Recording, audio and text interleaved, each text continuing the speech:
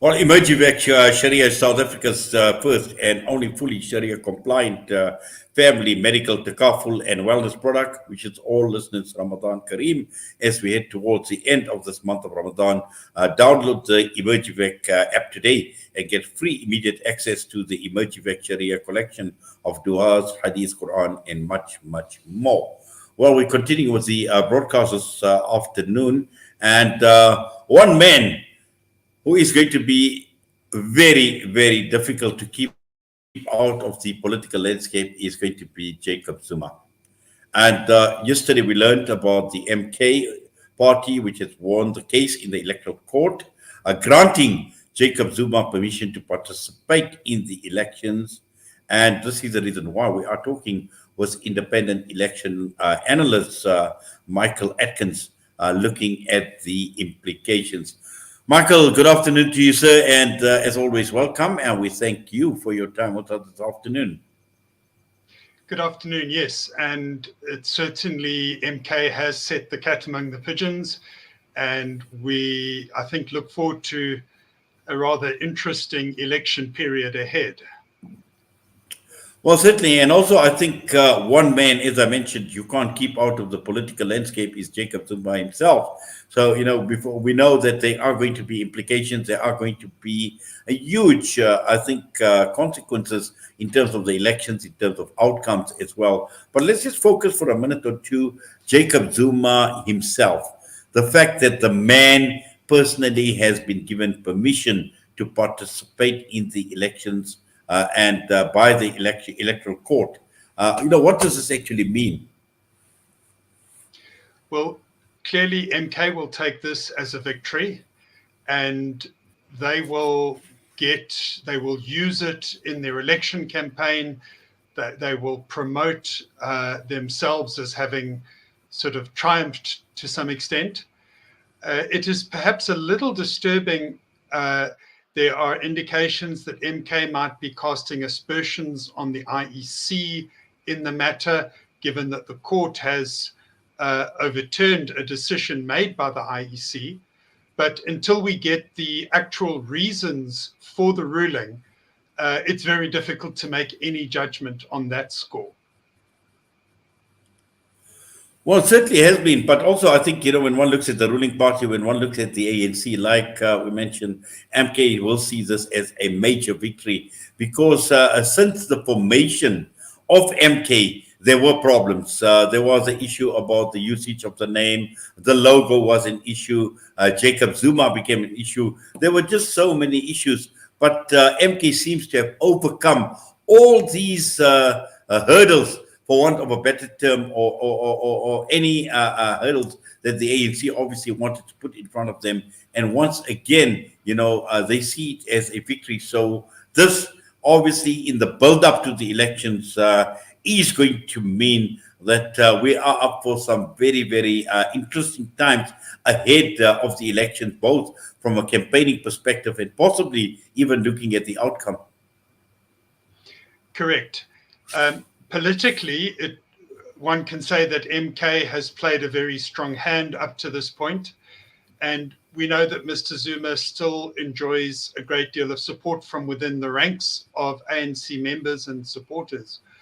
Obviously, we will have to see how that translates into electoral support. There is a strong indication, though, in KwaZulu-Natal, where I am, that he will gain substantial support from the ANC ranks. And I think a lot of people are starting to say that Mr. Zuma will cause the ANC significant discomfort in terms of the election results. Yes, and also the mere fact that now that they've continued this winning streak in the courts, MK, and this obviously is going to ensure that the face of the former president, Jacob Zuma, obviously will appear, and it will feature very, very prominently. And that alone, because we know that when it comes to elections, it's the face of the leader. We see it with all the parties right across the political divide in this country and the political landscape. And the mere fact that the face of Jacob Zuma is going to feature more prominently than ever. After all that has happened, after him having served his tenure as the president, after the state capture inquiry, all of this and what Jacob Zuma has been through in terms of obviously his arrest and subsequently, there's just so much that has happened as far as Jacob Zuma is concerned. But would you say he's coming back with a bang, Michael? It is certainly going to have a big impact. Everybody has been talking about and speculating on whether the ANC would manage to be above the 50% mark or not. And the possibility exists that the votes that might go to MK could well make a big difference in that regard. But of course, Mr. Zuma doesn't necessarily only gain support from former ANC voters. There are other voters who may have left or changed from the ANC in the past who might feel that he is a good protest vote, if you can put it that way. So I'm certain we will see MK affect the outcomes. And if there are coalition discussions at either provincial or national level, they are certainly aiming to be and certainly likely to be a significant part of those coalition negotiations. Michael, I'm going to put you on hold. I need to go for an ad break, and we'll continue immediately after that. Sure.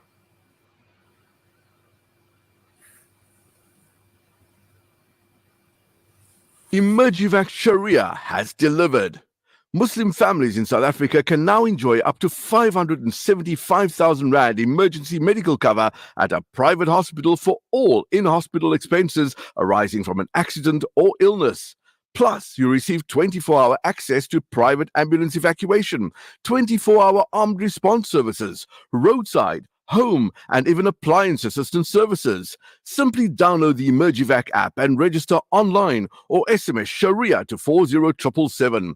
Emergivac Sharia, for when serious emergencies require seriously fast response. The people of Palestine need your support now. Africa Muslims Agency is on the ground, already providing food, medication, and emergency supplies in Gaza. Donate any amount to Heal Palestine at africamuslimsagency.co.za. Africa Muslims Agency, empowering, educating, inspiring. Shimmer, sparkle, captivate. Nothing less than a masterpiece. Droplets of gold inspires precious design. Platinum bursts with intricate freshness, and every pure diamond becomes more than just a girl's best friend. Voda Gold Gem Jewelers, where timeless dreams become a reality. Come to us. We tailor-make designer gold, platinum, and diamond jewelry. Trade in or remodel your old gold. Clad yourself with classy name-branded watches. We offer insurance valuation and free zakat calculation. Visit us at 534 Ridge Road, Overport, or call 031 208 9142. Voda Gold Gem Jewelers, manufacturers of fine gold and diamond jewelry. This Ramadan, join the Al-Imdad Foundation as we spread the winds of generosity in 40 countries across the globe. Sponsor a food hamper for 800 Rand and ensure a fasting family has food to break their fast. Donate your zakat or lillah and ease the pangs of hunger experienced by thousands of widows, orphans, and destitute Muslims globally. Donate online at alimdad.com or call 0861 786 243 for more information.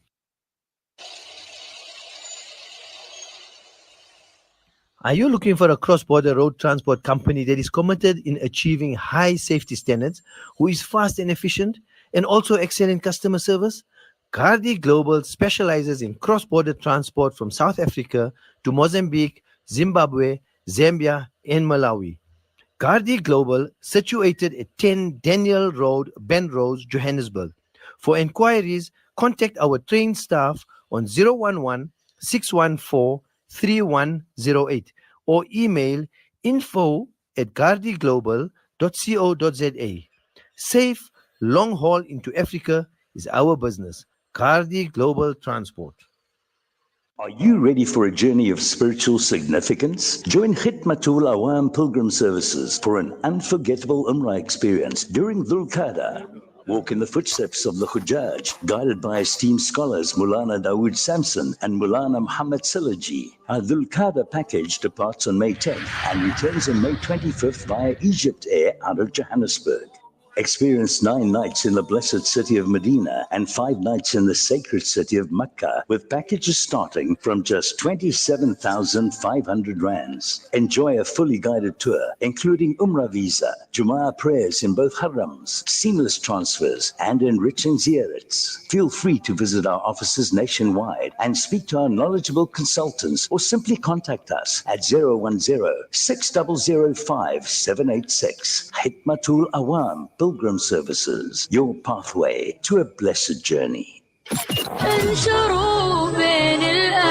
Salam Media, your spiritual companion this Ramadan. Well, we continue with the Iftar Drive, and I'll be with you until around 5:30, until we hand you over to Maulana Yunus Kawanga. But we continue our discussion with Michael Atkins, and we are looking at the local political dynamics that are playing out in South Africa, and the latest seeing MK winning court case after court case, and what does this actually mean with Jacob Zuma now featuring very, very prominently in the build-up to the elections, and also how what this is likely to do in terms of the outcomes. Now, Michael, just to continue, and we know that this election is going to be a very, very interesting election, where I think we're the very first time, in all probability, the ruling party, the ANC, will be shedding votes to the extent that many are saying it will be below 50%. But also what's important to understand is we've seen the entry of new players. We've seen MK, obviously. We see the likes of Bosa. We see the likes of Rise Mzansi. Action SA, also relatively still a new party on a national level as well. And it's going to be quite interesting to see who the winners are, who the losers are going to be, who's going to shed votes, and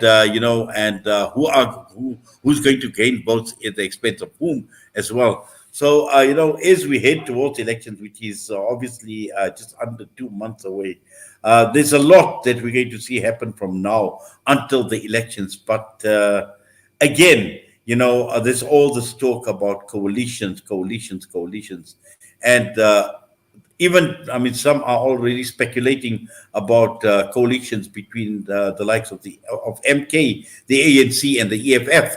We're talking of parties to the left of the political spectrum. And with all the bad blood between the ANC and Zuma, is this going to be likely? Is it going to play out? We don't know. But these are very, very interesting times, Michael. Correct. The coalition, you mentioned the possible coalition on the left.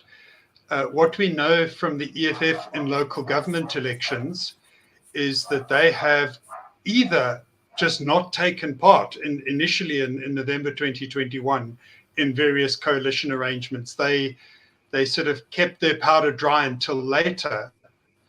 Or some of those parties may make quite strong demands.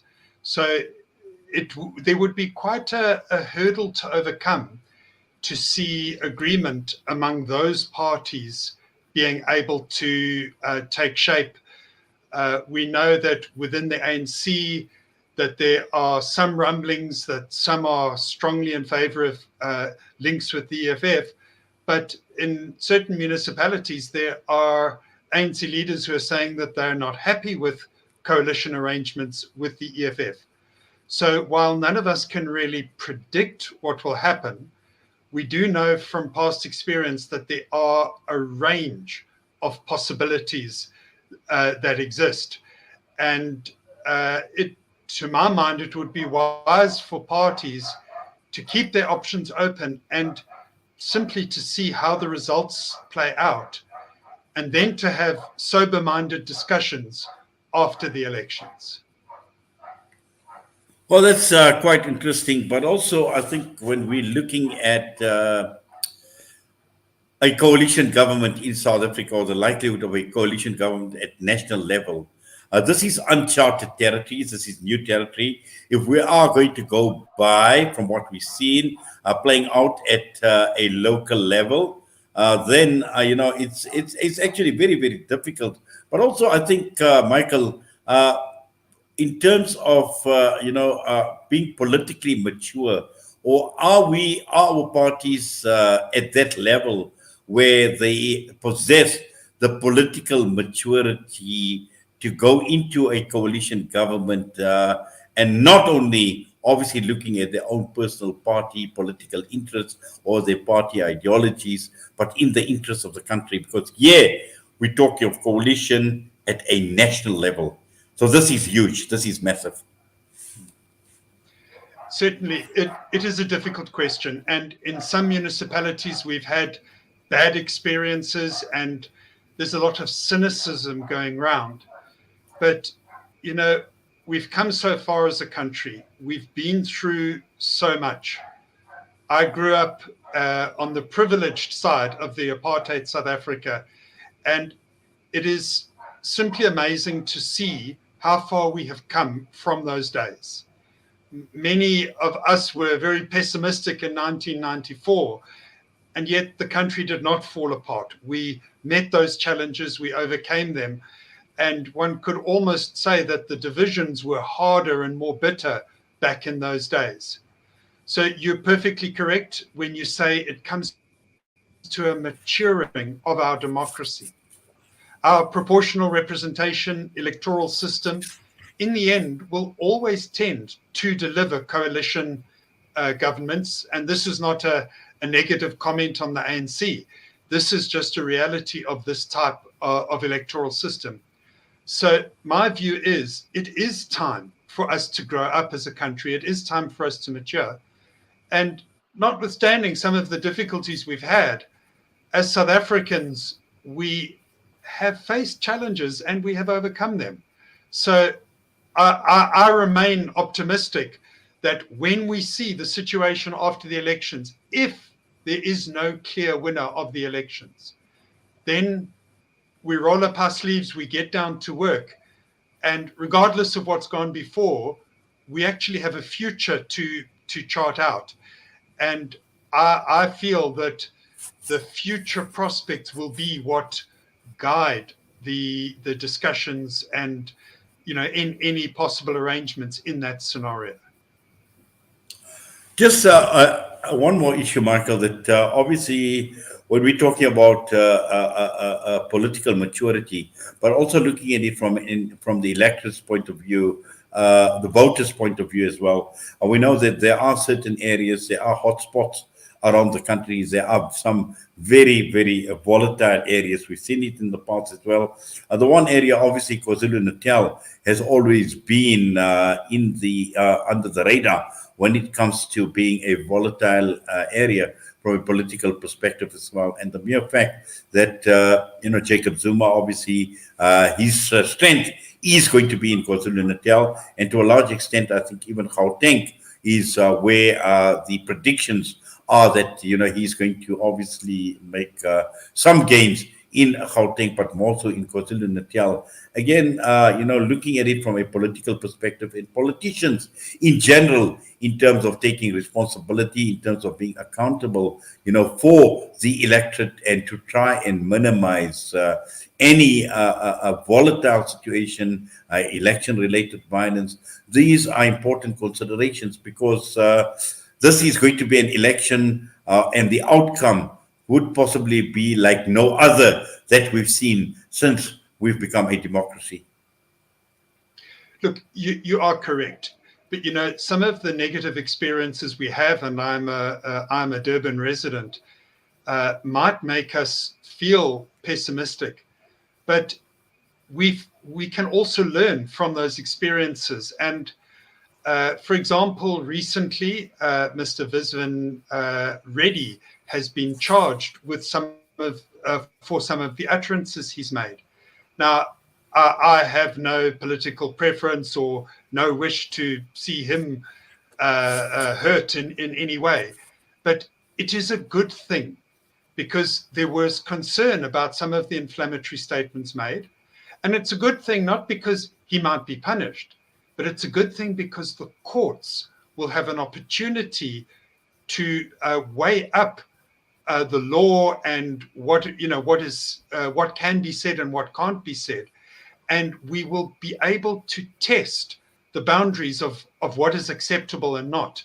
And for all of us, that can only be a good thing. It is the uncertainty that leaves us fearful in most situations.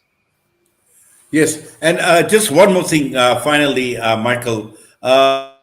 Just on the other side of the spectrum, to the right, obviously, of the government, and here we're talking about the Moonshot Pact, we're talking about the likes of the DA, Action SA, BOSA, we see Rise Mzansi, the Patriotic Alliance. There's just so many on that side of the spectrum as well. Just quickly, your thoughts with regard to what is likely to play out on the right of the political divide? I like to base my views and opinions on whatever objective data is available. And obviously, a party like Action SA had quite a strong showing in the local government elections. But what we can see with parties like Action SA, with Rise Mzansi, even Build One South Africa, and then also Patriotic Alliance, who have been around for quite a long time. What the data we do have is there seems to be quite strong evidence of building party structures. And that is, feet on the ground, boots on the ground, has always been, and I think always will be in South Africa, a key feature of electoral success. Certain well-known personalities have come in and tried to run pure social media campaigns and have not succeeded.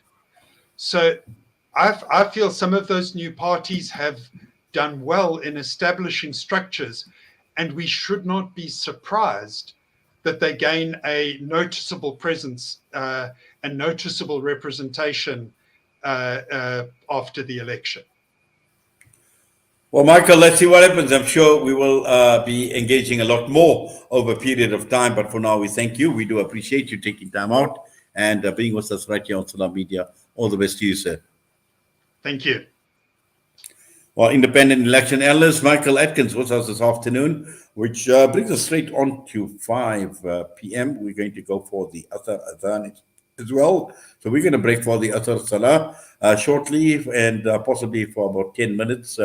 In about 10 minutes from now, we will continue and we will focus because as we are heading towards the end of the month of Ramadan, we will take a look ahead at the month of Shawwal as well, which begins at the time of Maghrib today, which will signal the end of Ramadan and the start of Shawwal. Obviously, tomorrow being the day of Eid, so we are not allowed to fast on the day of Eid, but I'm sure that looking ahead at the month of Shawwal, and also it is a month where as a follow-up from the month of Ramadan, the 6th fast of Shawwal, which the ulama have obviously stressed over and over again the importance of this fast as well, which is one of the issues that we will be touching on when we come back after this. And so right now, it's just gone 5 p.m. We're going to go for a break. We're going to play out the Asar Azan. I'm going to break to go for Asar Salah, and I'll be back with you in about 10 minutes from now. Thank you.